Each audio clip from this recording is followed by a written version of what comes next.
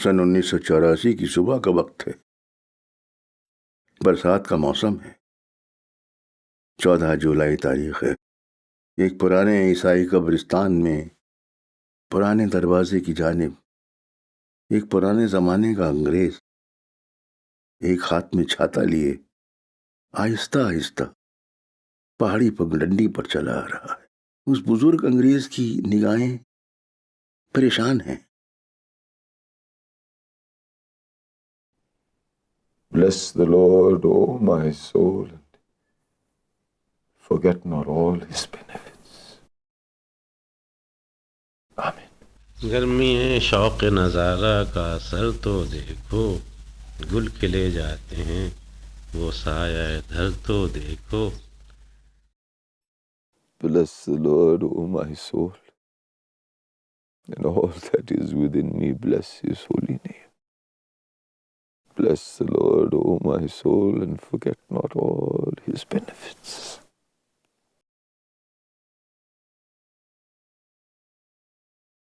پھر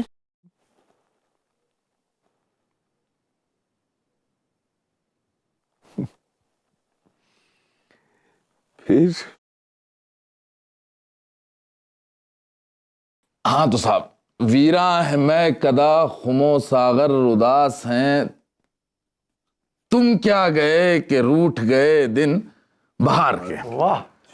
پادری صاحب، اس میں ایک لفظ آیا ہے ساغر۔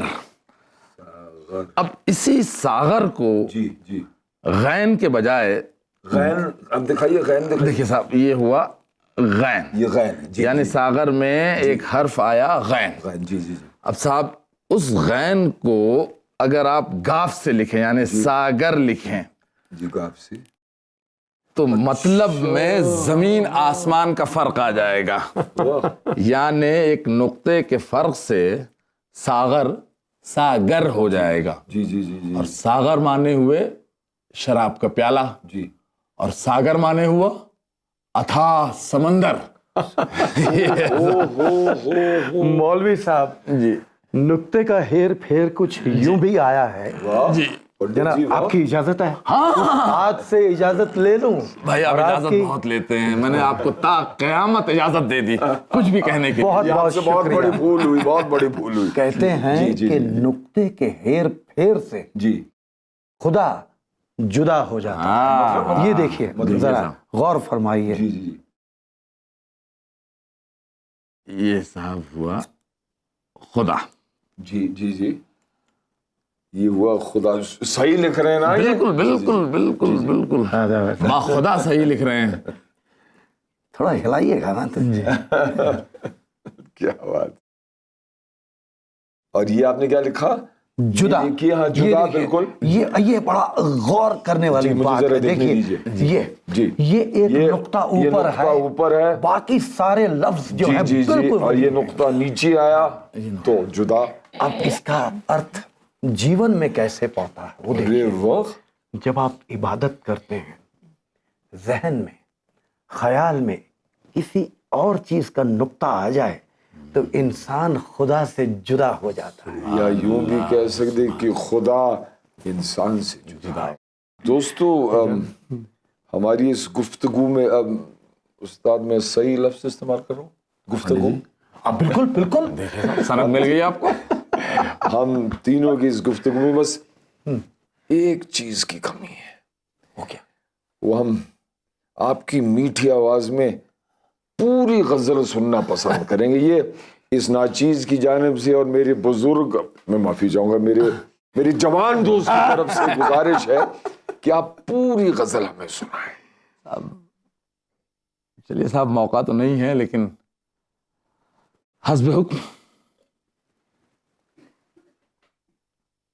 دونوں جہان تیری محبت میں ہار کے، تیری محبت میں ہار کے، دونوں جہان تیری محبت میں ہار کے، وہ جا رہا ہے کوئی شب غم گزار کے۔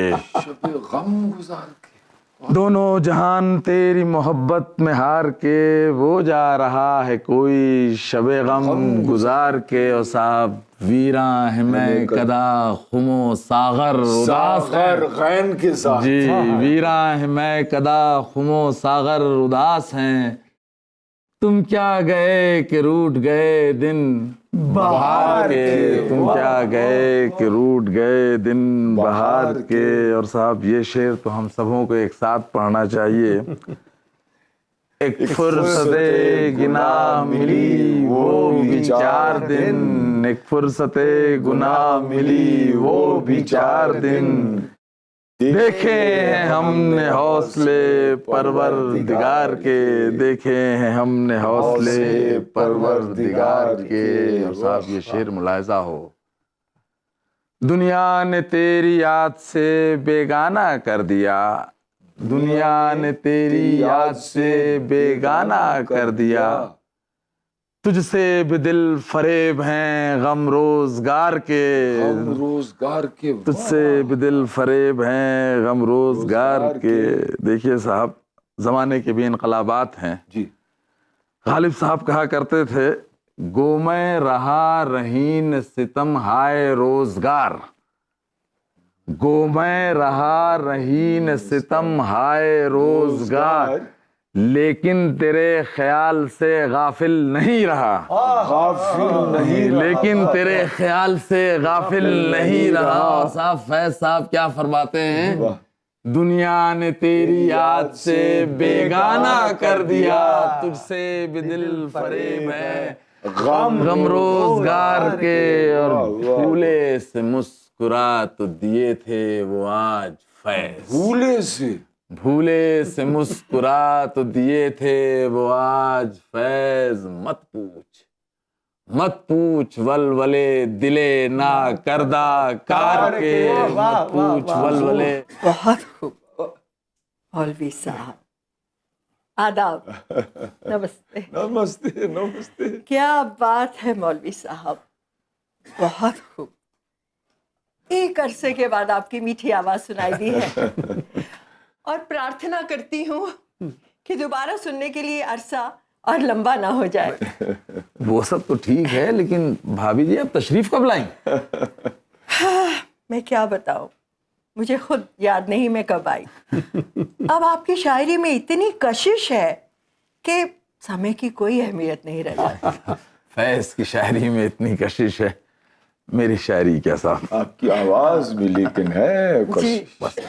اور دیکھیے آپ نے بالکل درست فرمایا کہ شاعری میں کتنی کشش ہے. دیکھیے شاعری مجھے الہ آباد سے یہاں تک کھینچ لائی. ابھی رام لال کملی وہ دھوبی اور درشن بھیا سب کتنے دھیان کے ساتھ یہ شاعری سن رہے تھے. کتنی کشش ہے. واہ واہ واہ. لیکن ایک بات ہے مولوی صاحب ہم سننے والے تو بے شمار ہیں لیکن سنانے والے بالکل تنہا. اس میں کوئی انصاف مجھے نہیں نظر آ رہا ہے. نہیں صاحب یہی انصاف ہے. دراصل جس طرح عبادت پرارتھنا یا پریئر تنہائی میں کی جاتی ہے شاعری کا اصل لطف تنہائی میں ہی اٹھایا جا سکتا ہے. واہ دوست واہ کیا بات. کیا بات. تو نہیں صاحب تنہائی سے میری مراد یہ نہیں تھی کہ میں تنہا ہوں. میں زندگی میں قطعی تنہا نہیں ہوں. میرے گھر میں ایک میری پیاری سی بہن ہے شگفتہ اور اس کی پیاری سی بیٹی ہے شبنم. میری جان ہے وہ. میرا اندازہ بالکل صحیح نکلا کہ جس گھر سے اتنے لذیذ کباب آ سکتے ہیں جو آپ ہر بار لے کر آتے ہیں اس گھر میں کتنی محبت اور کتنا پیار. لیکن ظاہر سی بات ہے کہ ایسے کباب آپ نہیں بنا سکتے. نہیں صاحب میں ویسے کباب بھی نہیں بنا سکتا. اور ایسے بھی نہیں اور ویسے بھی آپ کباب ہی نہیں بنا سکتے. کباب میں ہڈی ضرور بن سکتے ہیں آپ. اس لیے یہ کباب بنانے والی کوئی اور ہے آپ کی بہن یا آپ کی بھانجی. اور میری ایک شرط ہے اس پادری صاحب کی ایک شرط ہے کہ اگلی بار میں کباب کھاؤں گا تو صرف بنانے والی کے ہاتھ سے اور وہ بھی ان کی بیٹی کے سامنے. آپ سمجھے؟ یقیناً یقیناً درشن ضرور ضرور. آج جو ٹفن مولوی صاحب لائے اس میں وہ پیٹھا بھر دو جو میں الہ آباد سے لے کر آیا تھا. اور آئندہ اس گھر سے ان کے گھر تک یہ ٹفن کبھی خالی نہیں جائے گا.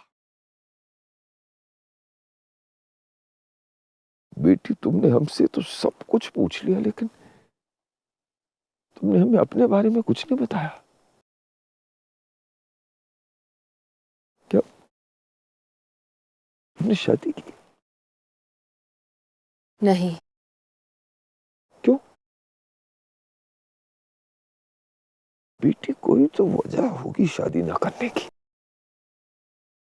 تمہارے بڑے ماموں جان ہمارے مولوی صاحب انہوں نے شادی اس لیے نہیں کی کہ انہیں اردو زبان اور اردو ادب سے بے انتہا محبت ہے.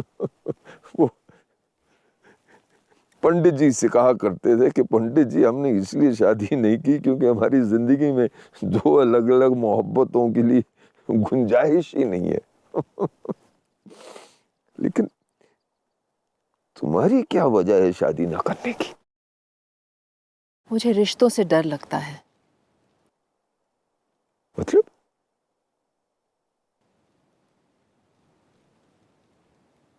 دادا جان آپ نے شادی کی لیکن نتیجہ کیا نکلا؟ میرے نانا جان نے میری نانی جان سے محبت کی لیکن نتیجہ آپ نے میرے ابو جان سے بے انتہا محبت کی لیکن نتیجہ پنڈت جی اور مولوی صاحب کی لاجواب دوستی تھی لیکن نتیجہ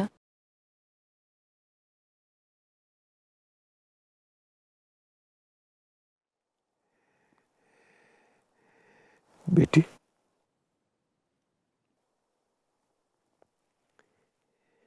رشتے بہت ضروری ہیں.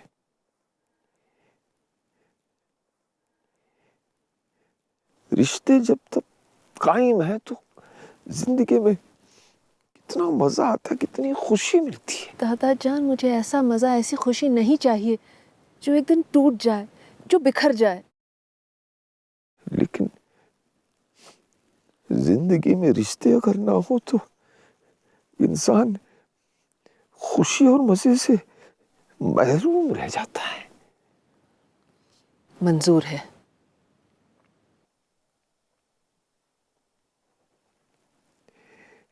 تمہیں خدا پر یقین ہے؟ ہاں کبھی کبھی. واہ بالکل میری طرح.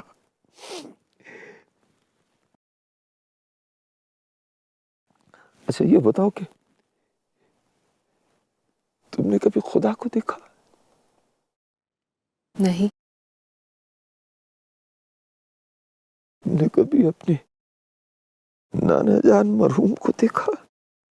نہیں.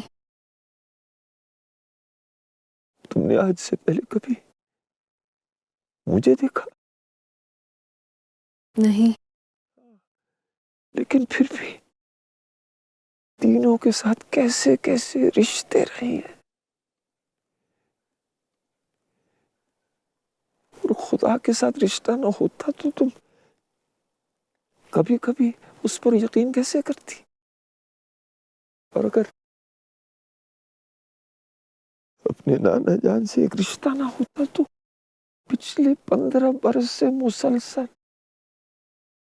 ہر سال ان کی برسی پر تم یہاں اس ویران قبرستان میں نہ آتی. بیٹی میرے ساتھ جو رشتہ ہے وہ نفرت کا ہے میں جانتا ہوں, لیکن پھر بھی ایک رشتہ تو ہے جسے میں محبت کے رشتے میں بدلنا چاہتا ہوں. بیٹی رشتے بہت ضروری ہیں. یقین کے رشتے, محبت کے رشتے, یادوں کے رشتے, غصے کے رشتے, اداسی کے رشتے, ایک باپ اور بیٹے کا رشتہ بہت ضروری ہے. وہ سامنے جو میرے والد صاحب مرحوم کی قبر ہے نا، اس پر تمہیں معلوم ہے کیا لکھا ہے؟ I lift mine eyes unto the hills. یعنی کہ میں اپنی نظروں کو پہاڑوں کی طرف اٹھاتا ہوں، کیونکہ خدا وہیں تو رہتا ہے. ہمارے ادراک صاحب نے اسی رشتے کو لے کر کیا خوب کہی. یہ فلک کو بوس پربت کرشمائے قدرت، یہ دھرتی کی چوٹی پر برفیلے خیمے، یہ نورانی دہ کے ستونوں کے جنگل، تجلی کا عالم خداوند کی قربت، یہ عالم ارواح سے ملنے کی گھڑیاں، رنگ و بو میں گھل مل کے رہنے کی گھڑیاں، یہ ماضی کی آہٹ مستقبل کی یادیں، یہیں ایک نقطے پہ سمٹے ہوئے سب. کھانے سے تو ہم سبوں نے فرصت پا لی، اب کچھ دیوان غالب ہو جائے. واہ واہ واہ. چلیے صاحب، پادری صاحب، دیوان غالب بسم اللہ کرتے ہیں، اور غالب کے دیوان کی پہلی غزل سے بسم اللہ کرتے ہیں. ملاحظہ ہو، نقش فریادی ہے کس کی شوخی تحریر کا. نقش فریادی ہے کس کی شوخی تحریر کا. نقش فریادی ہے کس کی شوخی تحریر کا، کاغذی ہے پیرہن ہر پے کرے تصویر کا. کاغذی ہے پیرہن ہر پے کرے تصویر کا. استاد کچھ بات سمجھ میں نہیں آئی. صاحب غالب تو مجھے بھی آج تک سمجھ میں نہیں آئے. بقول شخص سے غالب کو سمجھنا ایسے ہی ہے جیسے دلدل میں ڈبکی لگانا اور پھر ابھرنا. بہرحال جتنا مجھے سمجھ میں آیا اس شعر کا مطلب وہ یوں ہے کہ غالب صاحب فرماتے ہیں کہ یہ مصور نے جو تصویر بنائی ہے یہ اشارہ ہے اس کی تحریر کی شوخی کا، اس کی شرارت کا. دیکھیے صاحب، ایک تو تصویر کاغذ پہ بنائی، جی جی جی، اور تصویروں کی عریانیت مٹانے کے لیے مطلب برہنگی، جی جی سمجھ گیا جی جی، کی برہنگی مٹانے کے لیے جو لباس پہنایا وہ بھی کاغذ کا. جناب اس کا ایک ارتھ روحانی بھی نکلتا ہے، وہ کچھ اس طرح ہے ارشاد ہو کہ ہر نقش جی، یعنی کہ ہر بشر، ہر انسان مثال ہے اس کی لکھاوٹ کی شوخی کا، اس کی لکھاوٹ کی شوخی کا. یعنی وہ لکھاوٹ جو نا پائیدار ہے، نا قائم ہے، سدا نہیں رہنے والی. اور کاغذی ہے پیرہن ہر پے کرے تصویر کا، یعنی جناب جو ہماری روح ہے اس کا پہراوا کاغذی ہے، فنا ہونے والا ہے، نشور ہے. واہ آفرین، بالکل بالکل ختم. آفرین آفرین، واہ واہ واہ واہ. صاحب مجھے آج تک آپ سے بڑا غالب شناس کوئی نہیں ملا. حضور یہ خاکسار کو اتنی بڑی پدوی. واہ صاحب، نہیں کیا عمدہ تشریح کیا، کیا عمدہ تشریح کی. واہ صاحب واہ. دوسرا شعر عرض ہے، کاوے کاوے سخت جانی ہائے تنہائی نہ پوچھ. کاوے کاوے سخت جانی ہائے تنہائی نہ پوچھ. کاوے کاوے سخت جانی ہائے تنہائی نہ پوچھ. صبح کرنا شام کا لانا ہے جوئے شیر کا. صبح جوئے شیر کیا چیز ہوئی؟ صاحب یہ ایک تلمیحی شعر ہے، مطلب وہ شعر جس میں کسی تاریخی واقعے یا قصے یا داستان، ہسٹوریکل انسیڈنٹ کا کا ذکر ہوا ہوں. دیکھیے صاحب، اس شعر میں غالب تنہائی کا المیہ بیان کر رہے ہیں، لیکن کس خوبصورتی سے، کس خوبصورتی سے. ان کا کہنا ہے کہ تنہائی کا عالم گزارنا بہت مشکل کام ہے، بہت بہت سخت کام ہے. تنہائی کے عالم میں شام کا صبح کر دینا اتنا ہی مشکل ہے جتنا پہاڑ کاٹ کے ایک ندی بہا دینا. یعنی یہ اشارہ ہے شیری اور فرحات کے قصے کی طرف.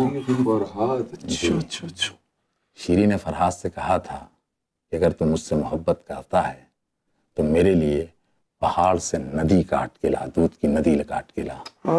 کیا بات ہے جی صاحب، کیا بات ہے. اور فرحاد نے ایسا کر دکھایا. اس نے پہاڑ کاٹا، دودھ کی ندی وہ شیری کے دروازے تک لے آیا. تبھی ایک بڑھیا آئی اور اس نے کہا، یہ محنت تو کیوں کرتا ہے؟ شیری تو مر چکی. یہ صدمہ، یہ شاق فرحاد سے برداشت نہیں ہوا اور اس نے وہیں کلہاڑے سے، اسی کلہاڑے سے جس سے وہ ندی کھود کے لایا تھا، اسی کلہاڑے سے اپنا سر پھاڑ لیا. خودکشی کر لی. خودکشی کر لی صاحب. واہ واہ. اب دیکھیے شاعری میں کتنی تاثیر ہے. معلوم ہوتا ہے کہ غالب میرے ہی دل کی بات کر رہے ہیں. میری بیگم صاحبہ کے انتقال کے بعد جب میں الہ آباد میں تھا تو میں تنہا تھا. پھر آپ لوگوں کا ساتھ ملا، شاعری کا ساتھ ملا، تو میرے اندر دوبارہ جینے کی ہمت آئی. ورنہ میرے لیے صبح کرنا شام کا لانا یہ جو شیر تھا. درست ہے صاحب. میرا ذاتی طور پر ماننا ہے کہ شراب نہیں، شاعری تمام غموں کا مداوا ہے. درست. انسان کو اپنا غم بھولنا ہو تو شراب کا نہیں، شاعری کا سہارا لے. جناب میرا یہ ماننا ہے جی کہ غالب صاحب کا ایک ایک شعر سمجھنا لانا ہے جوئے شیر کا. یہ ممکن تو ہے کہ یہاں خیمہ زن درخشاں ستونوں میں گوش آئے ابدی اپنا کے بھلا دوں کہ انسان ہوں میں. ہے آسان کتنا نہ مرنا نہ جینا، یہی ہے میری آزمائش کا محور. ادھر سیل تسکین توازن باطن، ادھر میرے دامن کو بچے کی مانند کھینچے ہے رہ رہ کر وہی سوال. جہاں درد موقوف درد مندی کہاں، نہ ہونا ہی کیا ہے حاصل ہستی. ایک ہی شاخ پر وجود و یقین، اسی پھول کے جدا نام ہے.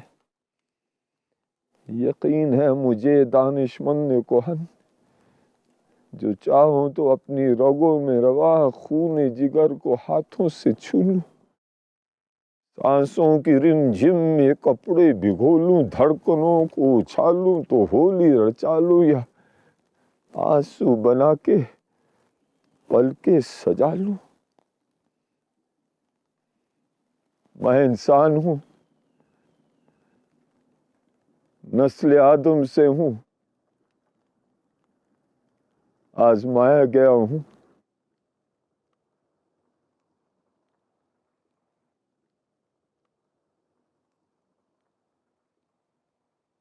میں انسان ہوں،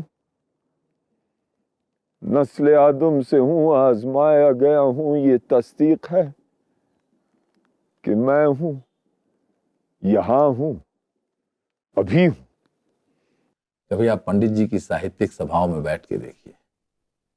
ایک بار مجھے انہیں سننے کا موقع ملا. میتھلی شرن گپت کی نظم جیدرت ود سنا رہے تھے. قسم بخدا 3 گھنٹے تک کوئی اپنی جگہ سے ہلا نہیں. 3 گھنٹے سود تو نہیں گئے تھے نا؟ میں معافی چاہوں گا. نہیں، آپ بالکل صحیح فرما رہے ہو حضور. لیکن جناب آپ دونوں